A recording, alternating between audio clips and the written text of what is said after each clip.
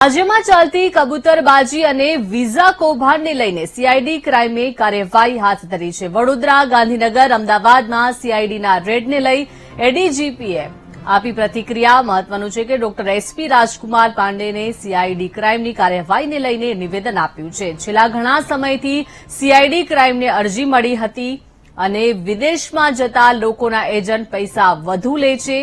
વિદેશ જતા લોકોને એરપોર્ટથી પરત મોકલાય છે।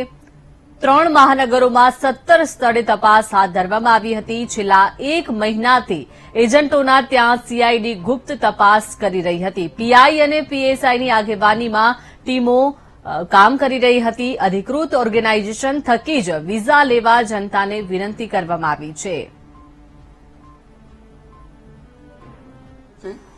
સીઆઈડી ક્રાઇમમાં એવી અરજીઓ મળતી હતી કે વિદેશ મોકલવાને બહાને વિઝા એજન્ટ્સ મોટા રકમે લે છે અને પછી આ લોકો વિદેશ મોકલતા નથી કે મોકલ્યા બાદ ત્યાંથી પરત આવવા પડે છે ત્યાંના એરપોર્ટથી, ખાસ કરીને અમેરિકા, કેનેડા, ઓસ્ટ્રેલિયા એવા કન્ટ્રીઓથી। તો તે આધારે અમે છેલ્લા 1 મહિનાથી સર્વેલન્સ માઉન્ટ કરવામાં આવેલ છે વિવિધ એજન્ટોના કાર્યાલયમાં।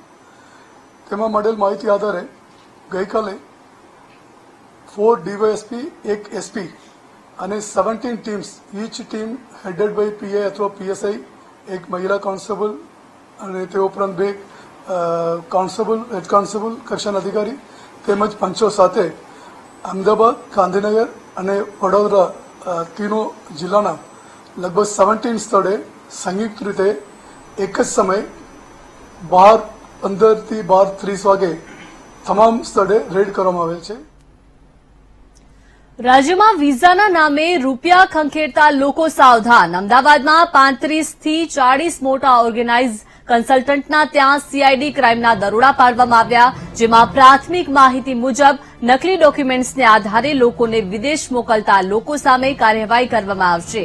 તો આ તરફ વિઝા બાબતોના નિષ્ણાંત જણાવે છે કે વિદેશ જવા ગેરકાયદેસર પ્રક્રિયા કરતા લોકોથી સાવચેત રહેવા અપીલ કરવામાં આવી છે। ખોટા ડોક્યુમેન્ટ્સનો પ્રવેશ કરીએ તો હંમેશા માટે પ્રવેશ પર પ્રતિબંધ લાગી શકે છે।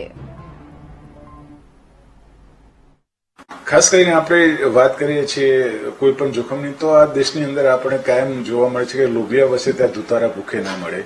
એ સાર્થક કરતા અત્યારે આપણે જોઈએ કે ગામે ગામ અને ખાસ કરીને દરેક તાલુકા લેવલે આવા લેભાગુ જે કન્સલ્ટન્ટ છે ફૂટી નીકળ્યા છે અને જે ખોટા ડોક્યુમેન્ટ્સ, ખોટા પેપર દ્વારા લોકોને વિદેશ મોકલવા માટે પ્રેરણા આપતા હોય છે અને પ્રેરિત કરતા હોય છે।